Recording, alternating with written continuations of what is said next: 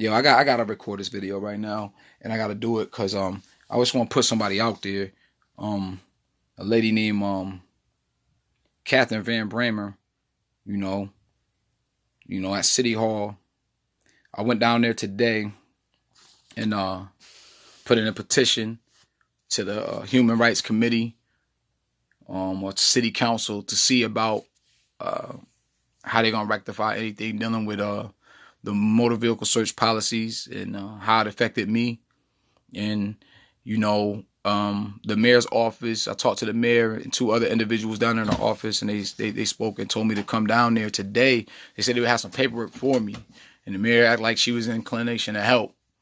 I get down there from the city hall clerk's office, no problems, no issues, no nothing. I get back to the city hall office, and I go in there with the intent to humble myself from the incident that happened the other day. You know, well, the first day I was there. The second day I came back, then that's when they told me to come back to get the paperwork today and all that stuff. So I'm like, I go in there, the lady says hello. I say hello to her, and I'm looking through paperwork. And by that time, this lady gets on the phone, white lady, I think this is Catherine Van Bramer. I'm going to show you this right here. This is the police report. Her name's on there. You see her name? Catherine Van Bramer. Catherine V. Van Bramer. I'm gonna flip the tape around so you can see it too. But it's just like this lady called the police while I'm talking to another individual cordially about a situation, and the other individual was asking me, "What is my ask? What am I asking? I don't have a simple ask. It can't be what I went through. Can't be broken down in 1 minute, a sentence, or a paragraph." I asked individuals that they watch the videos in total.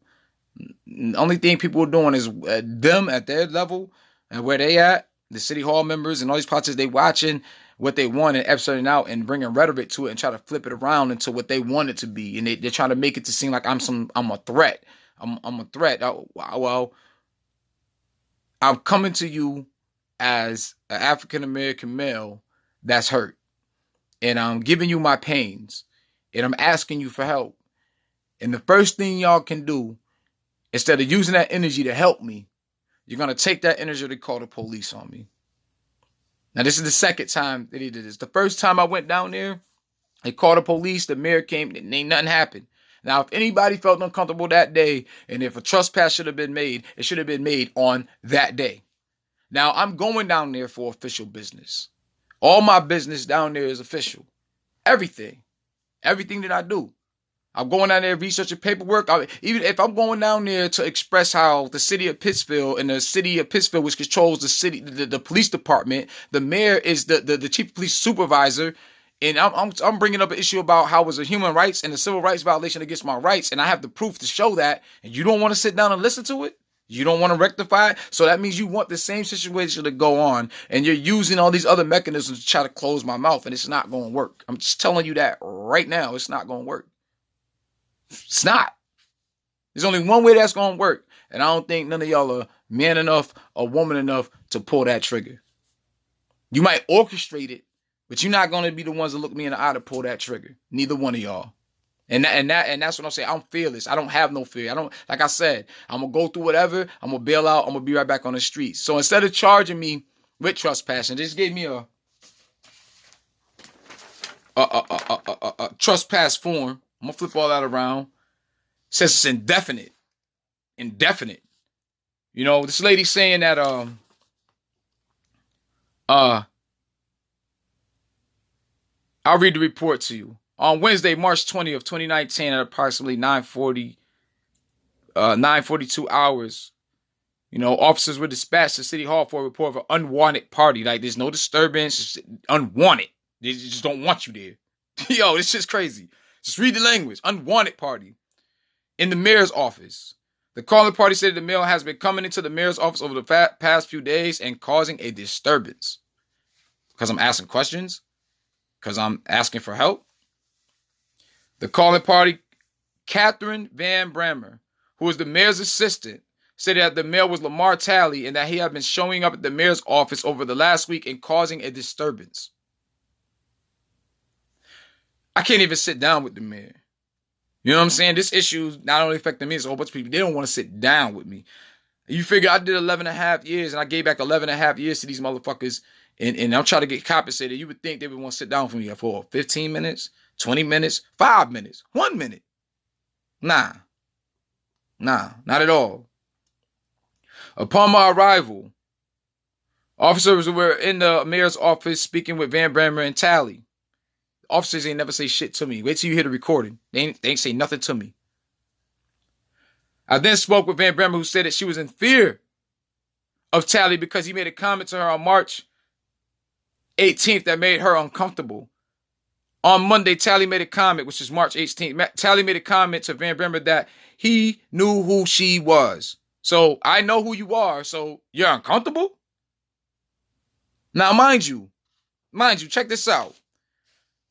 It's her, Van Bramer, whether she the white chick or the black chick, however they flipped it up, or whoever wrote the report. It's real sad for the black shorty. I feel real bad for her. I feel real bad for her. I can't even call her a sister. She's an Oreo, straight up, just like that. It's the Oreo cookie, double stuffed. That's a fact. You know what I'm saying? It goes on to here. She was placed in fear because of that comment. She also stated that when Tally arrived, she asked him to leave and stated there was nothing else the City Hall could do to assist Tally. That's a goddamn lie. That's a goddamn lie. I showed y'all the records.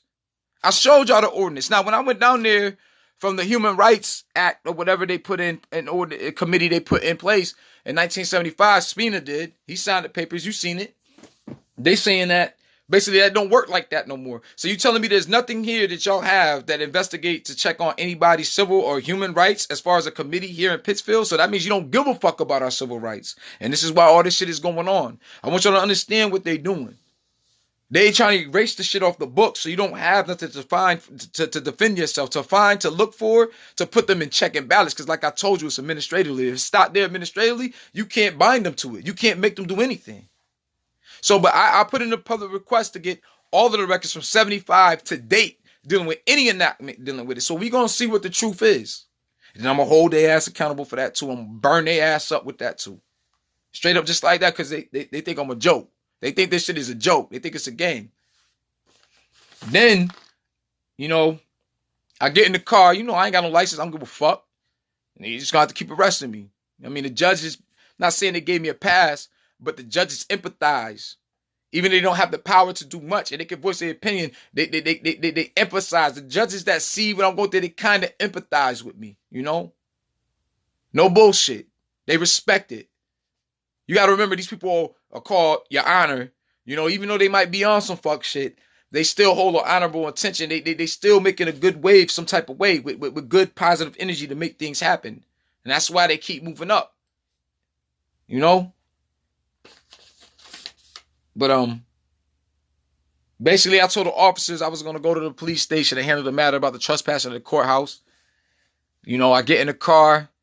You know, they attempted to pull me over going down right Allen Street. I just turned the car around, parked it up so they couldn't tow it. And got arrested. You know, operating on suspension. Like I said, I would have my license. So I don't give a fuck about that. If y'all not going to try to give me my life back, give my license back, then I guess we're going to have to go through this friendly extortion game for me to drive. 200 here, 300 here, 400 here, 500 here, 600 here. Just a little friendly extortion game, I guess, right? I just don't understand how, especially Black Shorty, if I'm sitting there talking to you, you couldn't even be more inclined to be like, you know, tell the other chick, why did you call the police? I mean, me and this dude sitting here having why we having a regular conversation? You didn't even let me get to ask what I need to ask. Then the bitch go in here and lie and say that she said that she wanted me to leave and there was nothing else to do. When you hear the recording, you ain't gonna hear that bitch say none of that shit. She got right on the fucking phone. She got right on the fucking phone and called the police. I should have slapped the shit out of her for doing it. That's what I should have done. I should have just said, you know what? I should go back down there tomorrow and just slap the shit out of her ass. That's what I should do. But I know I'm greater than. And karma's a motherfucker.